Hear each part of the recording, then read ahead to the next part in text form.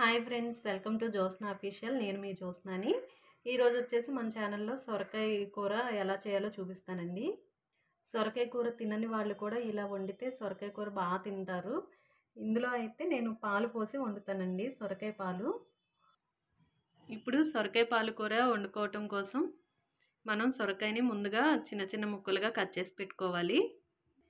ఇంకా సొరకాయ కోసిన తర్వాత నేను మీకు చూపిస్తానండి కూర ఎలా చేయాలనేది. సొరకాయని ఇలా చిన్న చిన్నగా ముక్కలుగా కట్ చేసి పెట్టుకున్న తర్వాత మనం కూర అయితే ఎలా వండాలనేది నేను ఇప్పుడు చూపిస్తానండి. ఇది నేను సగమే కోసాను, మొత్తం కోయలేదు. సగం కూర సొరకాయ మొత్తం అంటే ఎక్కువగా అయిపోతుంది అని చెప్పేసి సగమే కోసాను కదండి. సగం వరకే నేను ఇప్పుడు మీకు చూపిస్తున్నాను.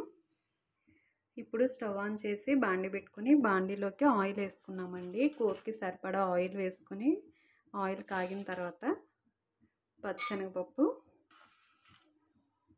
మినపగుళ్ళు, జీలకర్ర, ఆవాలు ఇవి వేసుకున్న తర్వాత ఇవి గోల్డెన్ కలర్లోకి వచ్చే వరకు ఫ్రై చేసుకోవాలి. ఇవి ఇలా ఫ్రై అయిపోయిన తర్వాత ఉల్లిపాయ పచ్చిమిర్చి కూడా వేసుకోవాలి. ఈ ఉల్లిపాయ కూడా చక్కగా వేగాలండి, పచ్చి పచ్చిగా ఉండకూడదు. మంచిగా వేగేలా గోల్డెన్ కలర్లోకి వచ్చే వరకు వేపుకోవాలి.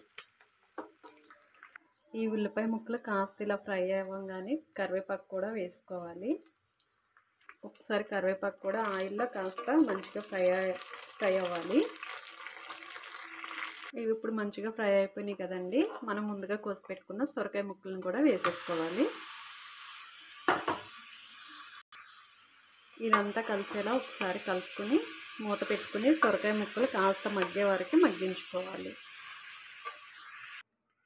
ఇలా ఒక 2-3 నిమిషాలు మగ్గిన తర్వాత ఒకసారి తిప్పుకుని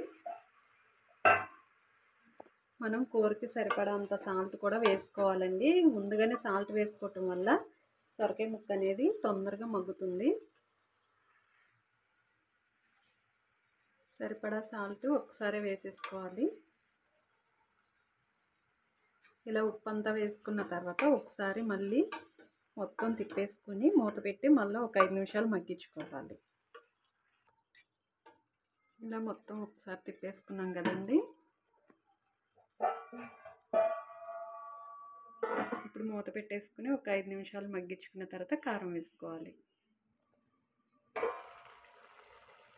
5 నిమిషాల తర్వాత చూసారు కదండి, సొరకాయ ముక్క పూర్తిగా మగ్గిపోయింది. ఇప్పుడు మనం కారం కూడా వేసుకోవాలి.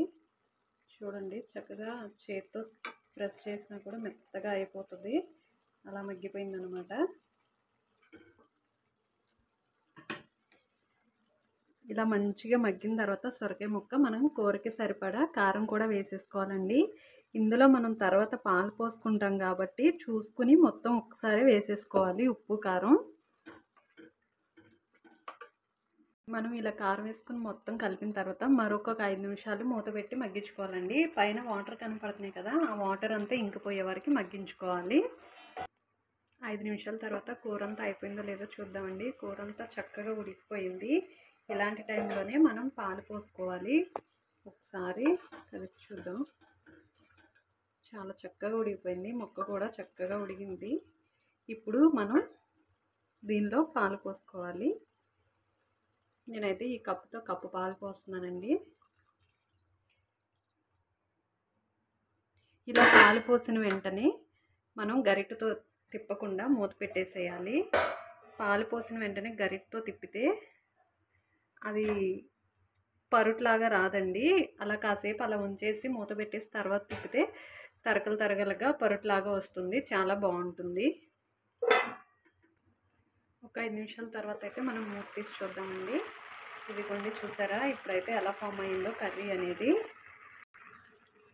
మనకి పాలు పోసిన వెంటనే తిప్పకుండా కాసేపు ఆగి తిప్పితే ఇలా కోడిగుడ్డు పరుపులాగా అవుతుందండి. పాలు పోసిన వెంటనే తిప్పితే ఇలా రాదనమాట.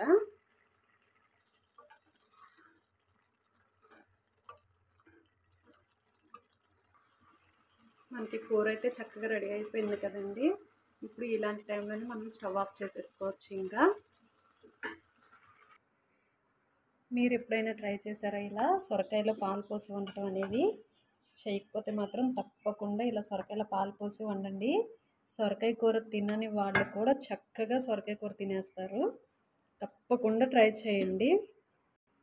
మీ ఇంట్లో మీరు కూడా సొరకాయ పాలు ఒకసారి ట్రై చేసి ఎలా ఉందో మాకు కామెంట్ చేయండి. అలాగే ఈ వీడియో నచ్చినట్లయితే లైక్ చేయండి, షేర్ చేయండి, మా ఛానల్ని సబ్స్క్రైబ్ చేయండి. Bye friends.